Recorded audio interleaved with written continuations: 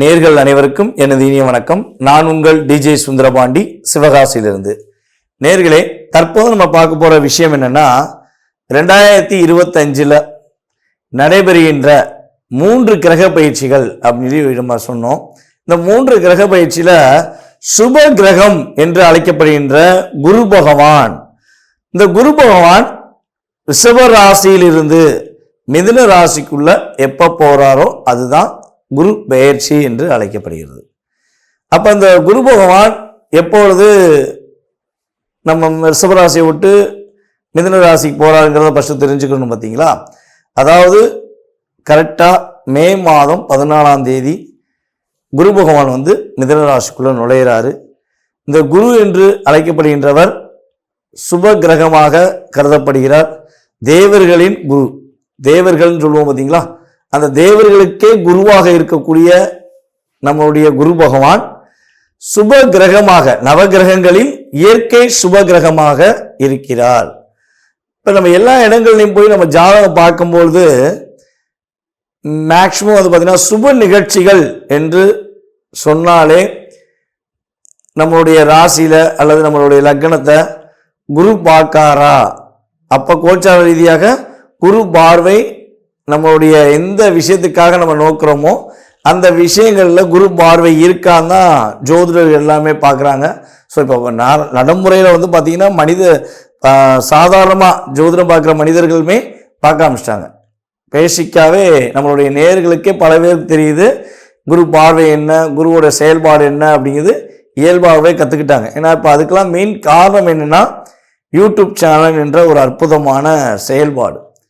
YouTube சேனல்னு ஒரு விஷயம் இல்லைன்னா யாருக்குமே பார்த்தீங்கன்னா இந்த அளவுக்கு ஜோதிடம் சம்மந்தப்பட்ட விஷயங்களையோ இல்லை கிரகங்களுடைய பார்வை, கிரகங்களுடைய செயல்பாடுகள் எதையுமே தெரிஞ்சுக்கிறவே முடியாது. ஸோ இப்போ அந்த யூடியூப் சேனல் மூலமாக குரு பகவானுடைய பார்வையிலேருந்து தசாபுத்தி அந்தரம் வரையும் நம்மளுடைய நேர்கள் சொல்லக்கூடிய அளவுக்கு நம்மளுடைய ஜோதிடம் அந்த அளவுக்கு வளர்ந்துருக்கு அப்படிங்கிறது மிகப்பெரிய ஒரு பெருமைக்குரிய விஷயம். ஸோ அப்படி பார்க்கும்பொழுது காலபுருஷன் ராசிக்கு 9ஆம் இடத்ததிபதி மற்றும் 12ஆம் இடத்ததிபதியான குரு பகவான் காலபுருஷன் ராசிக்கு 3ஆம் இடத்தில் செல்கிறார். இப்போ 3ஆம் இடத்தில் குரு பகவான் செல்வது என்பது எந்த அளவுக்கு ஒரு மிகப்பெரிய மாற்றத்தை கொடுக்கும், எல்லா நேயர்களுக்கும் என்னென்ன விஷயங்கள்லாம் முன்னேற்றத்தை குரு பகவான் கொடுக்க போறார் என்று பார்க்க போறோம். இந்த குரு பயிற்சியை மட்டும் எல்லாருமே அன்புடன் வரவேற்போம், எதிர்பார்த்து காத்திருப்போம். சனி பயிற்சி என்றாலே பதட்டத்தோடு இருந்த மனிதனுடைய மனநிலையானது, அல்லது ராகுகேது பயிற்சினா ஓரளவுக்கு ஒரு பதட்டம் இருக்கும். ஆனால் குரு பயிற்சி என்றாலே என்ன ஆகும்னா வெல்கம் பண்ணி வரவேற்கிற அளவுக்கு ஒரு செயல்பாடு இயற்கையாகவே உண்டு. அதனால தான் இயற்கை சுபர் கிரகமாக குரு பகவான் அழைக்கிறோம். சரி, ஓகே. இப்போ இந்த குரு பகவான் இந்த வருடத்திலே கிட்டத்தட்ட பார்த்தீங்கன்னா 3 முறை பயிற்சி ஆகிறார். 3 முறை பயிற்சி ஆகிறன்னா எப்படிங்க அப்படின்னு ஒரு கேள்வி வைப்பீங்க பார்த்தீங்களா? அதாவது இந்த வருடத்தில் ஆகஸ்ட் மாதம் 18ஆம் தேதி அதிசாரமாக கடகராசிக்குள்ள நுழைவார். ஆகஸ்ட் மாதம் 18ஆம் தேதி அதிசாரமாக கடகராசிக்குள்ள நுழைவார். அதுக்கடுத்து பார்த்தீங்கன்னா டிசம்பர் மாதம் 5ஆம் தேதி திரும்பியும் வக்ர நிலையில் என்ன பண்ணுவார், அதிசாரம் ரிவர்ஸ் ஆகி நம்முடைய மிதுன ராசிக்குள்ளேயே மறுபடியும் வந்துடுவார். அது குரு வக்ர நிலைன்னு சொல்லுவோம். ஸோ கிட்டத்தட்ட பார்த்தீங்கன்னா ஃபஸ்ட்டு ஊரில் மிதுன ராசிக்குள்ளே வர்றாரு, திரும்ப கடகராசிக்குள்ள நுழையிறாரு, திரும்ப மிதுன ராசிக்குள்ளே வர்றாரு. ஸோ கிட்டத்தட்ட 3 முறை இந்த வருடத்திலேயே குரு பகவானுடைய செயல்பாடு, ஒரு வருஷம் குரு பகவான் ஒரு ராசியில் இருப்பார், அந்த ஒரு வருடத்திலேயே 3 முறை மாறி வருகிறார் என்று பார்க்கிறோம். ஸோ கிட்டத்தட்ட ஆகஸ்ட் மாதம் வரையும், அதாவது மே மாதம் 14ஆம் தேதியிலிருந்து ஆகஸ்ட் மாதம் 18ஆம் தேதி வரையும் எந்தெந்த ராசிக்கெல்லாம் சிறப்பு என்று சொன்னோமோ அவங்க அதுக்கடுத்து ஆகஸ்ட் 18லேருந்து டிசம்பர் வரையும் சில விஷயங்களை கவனமாக இருக்கணும். அதேபோல் எந்தெந்த ராசிக்கெல்லாம் சில விஷயங்களை கவனம் என்று சொல்கிறோமோ அவங்கெல்லாம் ஆகஸ்ட் 18க்கு மேலே ஒரு நல்ல மாற்றங்களையும் நல்ல விதமான முன்னேற்றங்களையும் பெறப்போகிறார்கள் என்று அர்த்தம். அப்போ குரு பகவான் யாரையுமே அதிகமாக கஷ்டப்படுத்த போகிறதும் கிடையாது, யாரையுமே மிகப்பெரிய கவலை உண்டாக்கக்கூடிய செயல்பாடுகளை செய்ய போற கிடையாது என்று முழுமையாக தெரிந்து கொண்ட உங்களுக்கு உங்களுடைய ராசிக்கான பலன்கள் என்ன, உங்களுடைய ராசிக்கான குரு பயிற்சி பலன்களை பற்றி நீங்கள் முழுமையாக பார்க்கலாம். வாங்க வீடியோக்குள்ள போகலாம். மிதுன ராசி அன்பர்களுக்கு குரு பயிற்சி பலன்கள் என்னென்ன மாற்றங்களை கொடுக்க போகின்றன? குரு பகவான் பார்த்தீங்கன்னா கிட்டத்தட்ட ஒரு வருட காலமாக உங்களுடைய ராசிக்கு 12ஆம் இடத்தில் அமர்ந்திருந்தார். அப்போ 12ஆம் இடத்தில் விரயஸ்தானத்தில் அமர்ந்த குரு பகவான் உங்கள் ராசிக்கு எத்தனாம் இடத்த அதிபதியாக வராரு பார்த்தீங்கன்னா 7ஆம் இடத்த அதிபதி மற்றும் 10ஆம் இடத்த அதிபதியாக குரு பகவான் வருகிறார். இப்போ 7, 10க்குரியவர் 12ல் உட்கார்ந்தார். அப்போ 12ஆம் இடத்துல அவர் அமர்ந்ததுனால என்னென்ன விஷயங்கள்லாம் உங்களுக்கு சின்ன டிஸ்டர்பன்ஸ் இருந்திருக்கும் அப்படின்னு பார்த்தீங்கன்னா, கடந்த காலங்களில் குரு பகவான் மூலமாக சில பொருளாதாரம் சம்பந்தப்பட்ட விஷயங்கள் நிறைய தாக்கங்கள் நம்மளுடைய மிதுன ராசி அன்பர்களுக்கு இருந்திருக்க வாய்ப்புகள் இருக்கு. அதே போல் பார்த்தீங்கன்னா, நண்பர்கள் உங்களுக்கும் சில கருத்து வேறுபாடுகள் ஏற்பட்டிருக்கும். கடந்த காலங்களில் உங்களுடைய நண்பர்கள் உங்களை நிறைய விஷயங்களை லாக் பண்ணியிருப்பாங்க. ரொம்ப ரொம்ப டீப்பாக நம்பி செஞ்ச விஷயங்கள் இப்போ நம்பிக்கை இழந்துட்டேன் அப்படின்னு சொல்லக்கூடிய செயல்பாடுகள்லாம் கடந்த காலங்களில் ஒரு வருட காலமாக உங்களுக்கு ஏற்பட்டிருக்கும். ஸோ அதே போல் நிம்மதியை தூக்கம் இல்லைப்பா, தூங்கியே ரொம்ப நாள் ஆச்சு, நானும் எவ்வளோ ட்ரை பண்ணுறேன், ஒரு வருஷம் உருண்டு பார்த்துட்டேன் புரண்டு பார்த்துட்டேன், தூக்கமே இல்லைங்க அப்படின்னு சொன்னவங்களும் கொஞ்சம் அதிகமாக இருக்காங்க.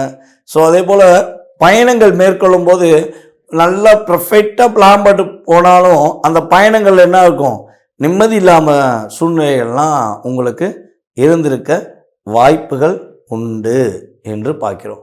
ஸோ இது கடந்த காலங்களில் நடந்த நிகழ்வு.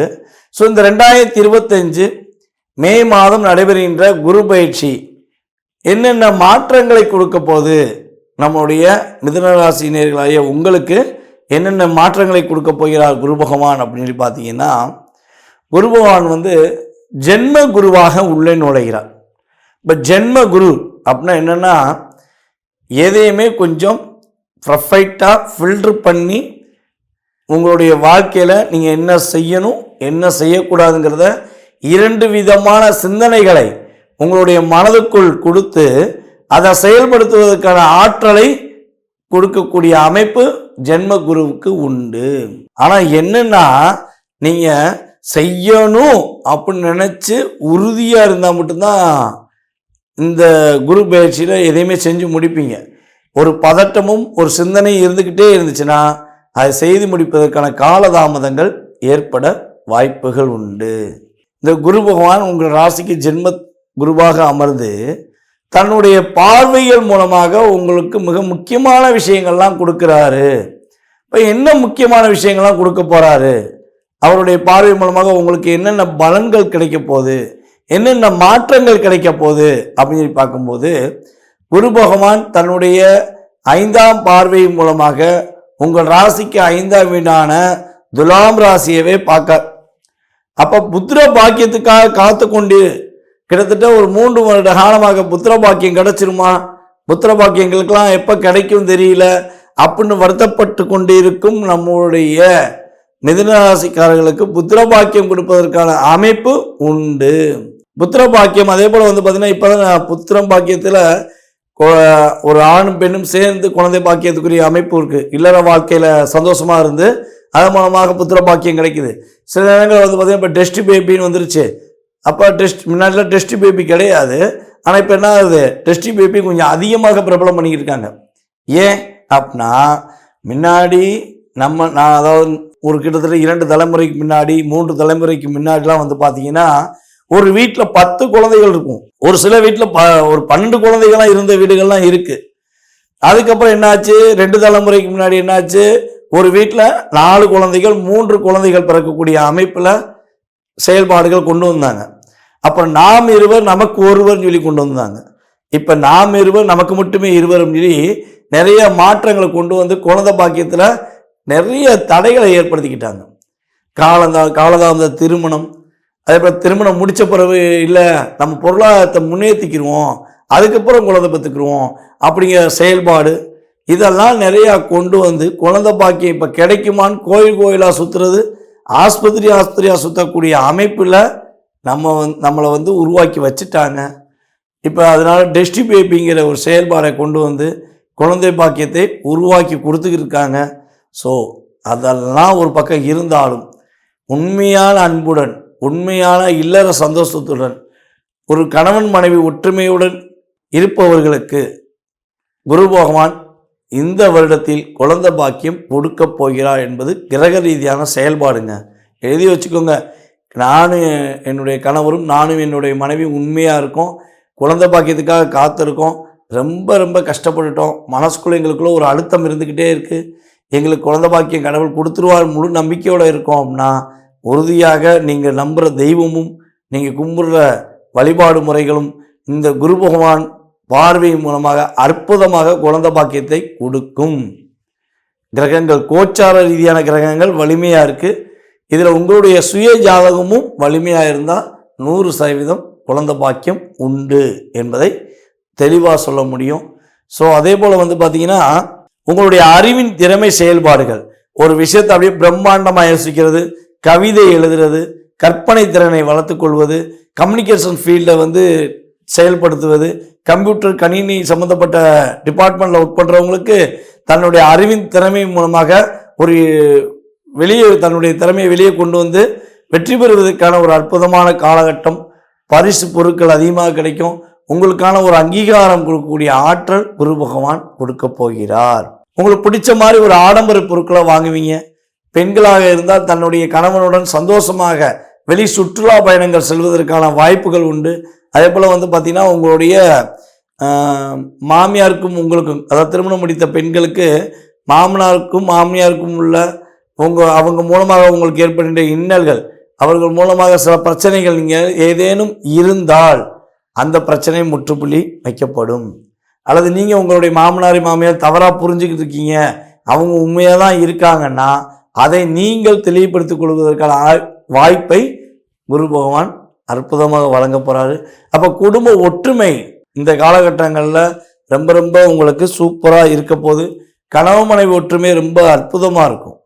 ஏன்னா இந்த 5ஆம் பார்வைங்கிறது குழந்தை பாக்கியத்தை கொடுக்கறதுனால உங்களுடைய ராசிக்கு 7ஆம் வீடான தனுசு ராசியை குரு பகவான் உங்கள் ராசிலேயே உட்காந்து தன்னுடைய வீட்டை பார்க்குற. பார்த்தீங்களா, யார் யாரெல்லாம் மிதுன ராசியில் கருத்து வேறுபாடுனால நீ வேறு நான் வேறு பிரிஞ்சவங்க, ரொம்ப ரொம்ப அந்யூன்யமாக இருந்து உனக்கு எனக்கு சம்மந்தம் இல்லைன்னு சொல்லி சின்ன விஷயத்துக்காண்டி பிரிஞ்சு போனவங்கெல்லாம் கட்டாமல் என்ன பண்ணுவாங்க, இப்போ உங்களுடைய உண்மையான அன்பை புரிந்து கொண்டு உங்களை தேடி வருவதற்கான வாய்ப்புகள் குரு பகவான் கொடுக்கிறார்.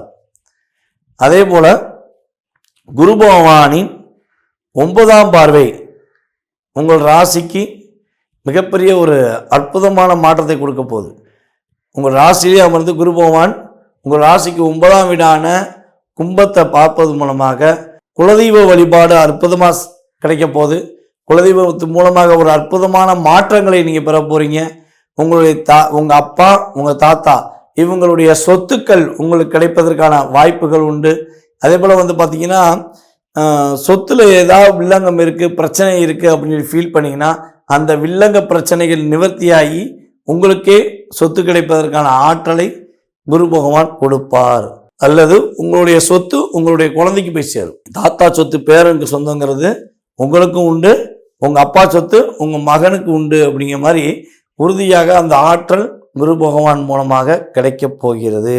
வெளிநாடுகளுக்கு போவதற்கான முயற்சிகள் யாரெல்லாம் நம்மளுடைய மிதுனராசி அன்பர்கள் எடுத்துக்கொண்டிருக்கீங்களோ, நீங்கள் வெளிநாடு பயணம் செல்வதற்கான ஒரு அற்புதமான காலகட்டம் என்பதை குரு பகவான் உணர்த்துகிறார்.